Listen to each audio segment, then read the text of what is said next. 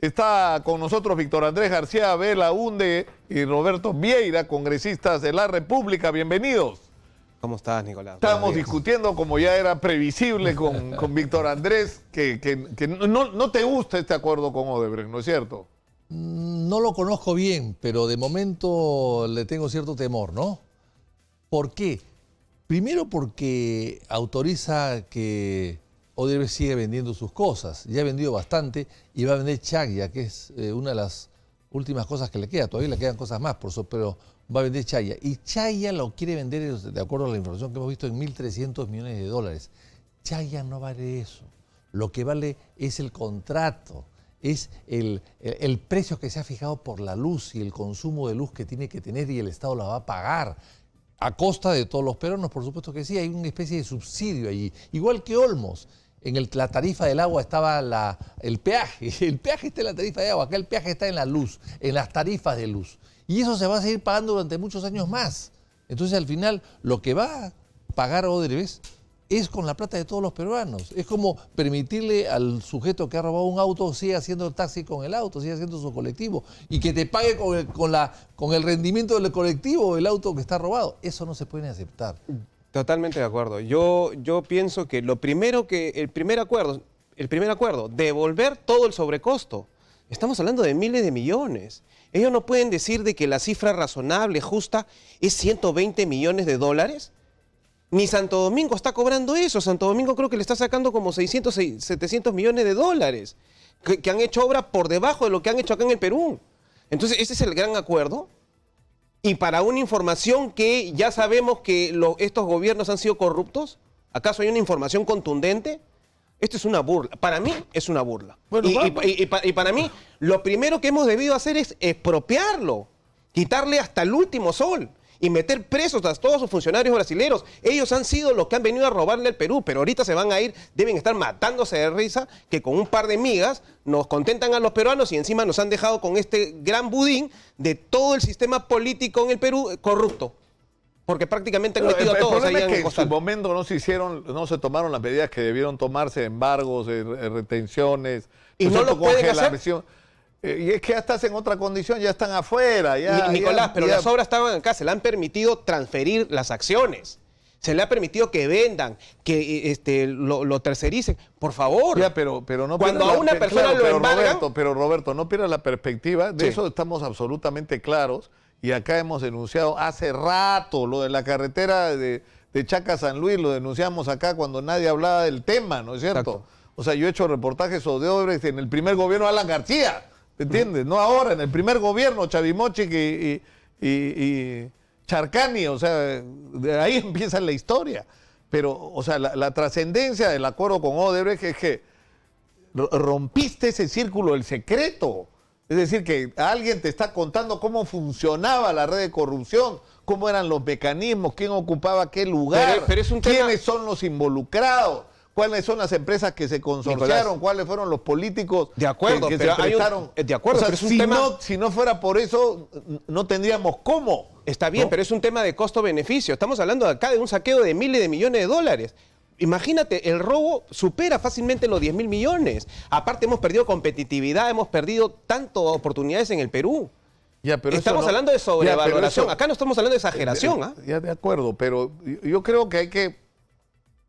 Si yo estuviera en la posición, yo no dejo que saquen un sol y los meto presos. Y tú no haces acuerdo con Odebrecht, entonces proteges a Toledo, proteges a PPK, proteges a Susana Villarán, proteges a Alan García, proteges a Graña, no te enteras de nada y toda la vida continúa. A estos sinvergüenzas era fácil agarrarlos, pero al gran ladrón, al que le ha robado oportunidades a los peruanos, no lo dejo sacarse ni un sol del Perú y que se burle como se ha burlado de todos los peruanos. De ahí están que se matan de risa, obviamente con un par de migas y como dice acá nuestro colega Víctor Andrés, nos está pagando con nuestra propia plata. O sea, se han burlado. Olímpico es esto, olímpico. Se abre la discusión sobre este tema y la vamos a tener todo en los próximos días y con lo que va a ir pasando, porque van a ir pasando cosas. O sea, yo no dudo... lamentablemente por las vacaciones estas en Brasil, la declaración formal va a ser recién del 14 al 18 y a partir de eso lo que vas a tener es el desfile, porque ya con las nuevas evidencias tienes absoluto derecho, por un lado, a tomar todas las medidas de prevención, es decir, los impedimentos de salida del país, las presiones preventivas para una enorme lista de personas, ¿no? Desde expresidentes, presidentes y gerentes de corporaciones, políticos de todos los niveles, sino que, como ya se ha anunciado acá hace unos minutos, ya estás en condiciones de acusar directamente a un agente. Es decir, no vas a pedir prisión preventiva para el señor Alejandro Toledo y el señor Ollantumala. Vas a pedir 18 o 20 años de cárcel para ello. Ya estás en otra discusión, ¿no? O sea, de condenas, de sentencias es lo que vas a empezar a pedir, pero... A ver, yo entiendo, yo respeto a los fiscales que han estado acá, por supuesto. Me parece que son personas muy profesionales. Pero acá hay un interés también del gobierno, de alguna manera, y de proveedores y de AFPs, que son accionistas de Chagria y etcétera, de poder recuperar su dinero. Los bancos también quieren recuperar su dinero. Yo entiendo todo eso, pero también entiendo de que acá hay un sobreprecio. O sea, el problema no es la coima solamente, los 30 millones de dólares que han, o 32, no sé cuánto hay. Es el sobreprecio. El problema es que la coima se puede devolver. El problema es cómo se devuelve el sobreprecio, cómo se devuelve el costo adicional, cómo se devuelve al país una obra que no era tan necesaria, habiendo tan pocos recursos y habiendo sido podido usar esos recursos en otra obra más necesaria. Porque acá estas empresas, el daño que han hecho es no solamente la coima, sino han prostituido. Inducir.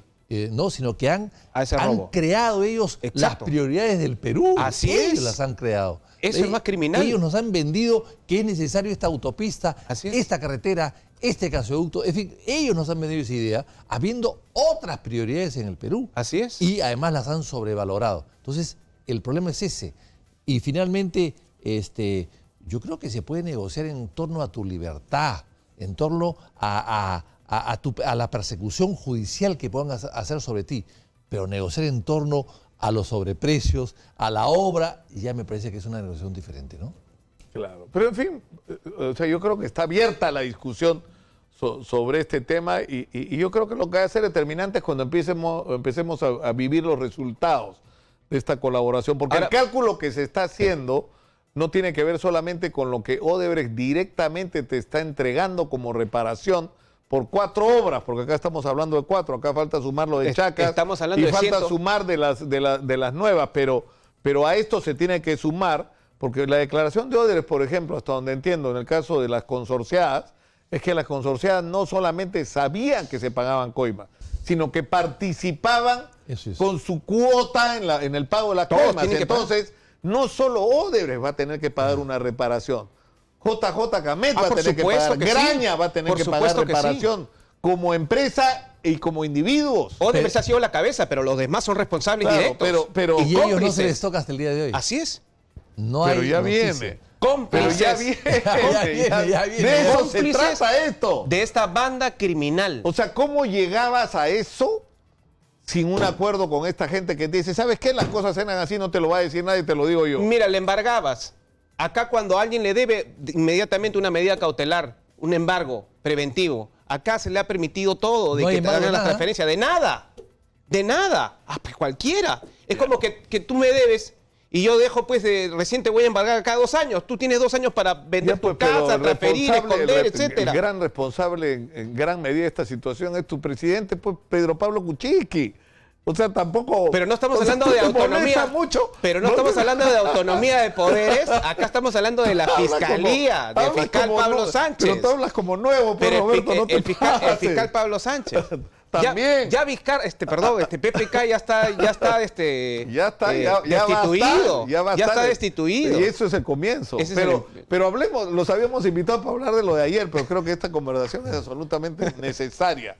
¿No es cierto? Y era inevitable. Y yo me acuerdo, tuvimos una discusión muy fuerte con el procurador. Yo le decía, lo más importante, hace meses, lo más importante es la información. Yo por información pago incluso. No solamente cobro reparación, pago. Yo a los brasileros los meto presos y a todos sus asociados. Y no dejo que ni un sol se lo lleven del Perú. Ni $1 saquen del Perú. Pero ¿qué van a hacer? Víctor Andrés ha sacado un Twitter salvaje ayer para algunos, diciendo el mensaje del ¿no es cierto? El referéndum Es que el Congreso tiene que disolverse. Bueno, el Congreso, yo creo que el gran triunfador a costa del Congreso ha sido Vizcarra. Pero más que triunfador, Vizcarra ha sido el derrotado, ha sido el Congreso. O sea, ha sido una suerte de victoria por carambola, ¿no? Es decir, el Congreso ha sido derrotado y eso ha producido una victoria de Vizcarra o de quien estuviese en su lugar. Porque no ha sido una victoria de Vizcarra como Martín Vizcarra, sino el que proponía eso y el que llevaba adelante eso, sea Vizcarra, sea Meche Arao, sea Kuczynski, sea cualquiera, iba a ganar. O sea, por el desprestigio del propio Congreso. Y yo lo lamento mucho porque yo soy parte del Congreso y yo tengo una vida parlamentaria muy antigua y le tengo cierto cariño a la institución como tal. Y además es una institución como el Congreso que es fundador de la República. Todo lo que tenemos hoy día con sus defectos y sus virtudes surge del Congreso. El Congreso es la piedra bautismal de la República que actualmente conocemos y que y es la República de nuestros padres, abuelos, etcétera, ¿no? En fin, entonces le tengo mucha respeto y simpatía hacia el Congreso. Sin embargo, pero ha sido derrotado totalmente. 85-90% de la gente rechaza a este Congreso. No a los anteriores, ni a los futuros, sino a este Congreso, a estos 130 congresistas que no todos son culpables. Eso es evidente. Hay gente muy destacada, hay gente muy respetable, pero lamentablemente la mayoría que ha gobernado el Congreso lo ha gobernado muy mal y ha llevado a esta situación. Siendo así las cosas, la pregunta es ¿con qué autoridad seguimos trabajando? ¿Con qué autoridad seguimos representando al país? ¿Con qué legitimidad podemos dar leyes, dar normas? Claro, porque estás gobernando en representación, porque se supone que representas a un país al que ya no representas. Nos han dado un mandato de 5 años, nos han revocado el mandato. Esta es una revocación del mandato. Si es así, por dignidad, el Congreso, nosotros, por dignidad, debemos pedir la disolución. Ahora, ¿tú lo vas a proponer formalmente? ¿Hay algún mecanismo legal para que eso ocurra? Bueno, se busca el mecanismo legal. Se busca, como se buscó el mecanismo legal de la autodisolución también el año 2000. Se busca un mecanismo legal. Eso puede ser... Y Roberto, ¿tú qué dices sobre eso? Yo en eso sí discrepo con mi colega. Esto es un castigo a la clase política en general. La gente está harta de sus políticos, principalmente aquellos gobiernos y congresos que no vieron nada sobre el tema de Odebrecht. Porque, ojo, toda esta gran corrupción, el gran saqueo que ha habido al Perú, que le ha quitado oportunidades a niños, a muchos peruanos en nuestro país, han sido de gobiernos anteriores y de congresos anteriores que no vieron nada. Nosotros hemos chapado, como se dice, al muerto. Pero, en conclusión, el gran ganador ha sido el presidente de la República. Ahora ya está legitimado, tiene el respaldo popular, pero tiene también la valla bien alta, porque ahora ya se acabó el referéndum y la gente tiene que darse cuenta de que el referéndum no iba a resolver sus problemas económicos. Ahora el presidente tiene que resolver sus problemas económicos, los problemas de inseguridad, los problemas de la reconstrucción del norte y todos el problema de la anemia, el problema de la educación, el problema de la salud, y ese es un gran reto que ahora tendrá el presidente porque ya no tiene los pretextos de atacar al Congreso. El Congreso ha sido el derrotado, definitivamente. De los 4 puntos, yo he ganado 3, he perdido 1. Porque me sorprende que la gente haya votado en el punto 2, donde en otras palabras significa que ahora la gente le van a sacar de su bolsillo para pagarle el sueldo al señor Alan García, pagarle el sueldo a la señora Keiko Fujimori, pagarle el sueldo a muchos. Yo la verdad me sorprende. Eso es si los partidos no cambian. No, ya está más democrático, pues, Roberto. Ya están recibiendo dinero. O sea, porque ya están recibiendo dinero. Hoy ya reciben dinero, pero lo correcto es que porque tienes dinero tú haces política y si no tienes dinero no puedes hacer política. Eso es lo que tiene que acabarse. Que haces política porque tienes ideas, no, pero cierto? El problema, tienes propuestas. Nicolás, el problema es que nosotros no estamos en Suiza, en Noruega, en Australia, donde el per cápita está por encima de los $50.000. Acá estamos en un país donde 8 millones no tienen agua ni desagüe. Entonces, uno no se puede dar el lujo de tantas prioridades que hay en este país de darle dinero a los partidos políticos. Eso se ha aprobado en el punto 2 mayoritariamente y se tendrá que aceptar. Yo estaba en contra. Y se tendrá que aceptar. Pero para mí la gran reforma de todo es en los partidos políticos. Es lo que tendría que venir. Eso, porque si tú, Vitocho, si tú no dices, seguimos por ejemplo, en el mismo círculo vicioso. Cierras el Congreso, hay que convocar a nuevas elecciones. No, se autodisuelve. Pero ¿quiénes van a ir a esas elecciones? ¿En qué condiciones? Partidos que, o sea... Bueno, pero por lo menos entrarán pues sin mochila. Entrarán sin su mochila. Entrará gente nueva Bueno, neófitos probablemente, imberbes probablemente, pulpines probablemente, pero gente nueva. Y pues, entonces, ¿qué cosas le van a achacar al nuevo Congreso? ¿Qué cosas le van a achacar si recién empieza? Nada. Bueno, yo les agradezco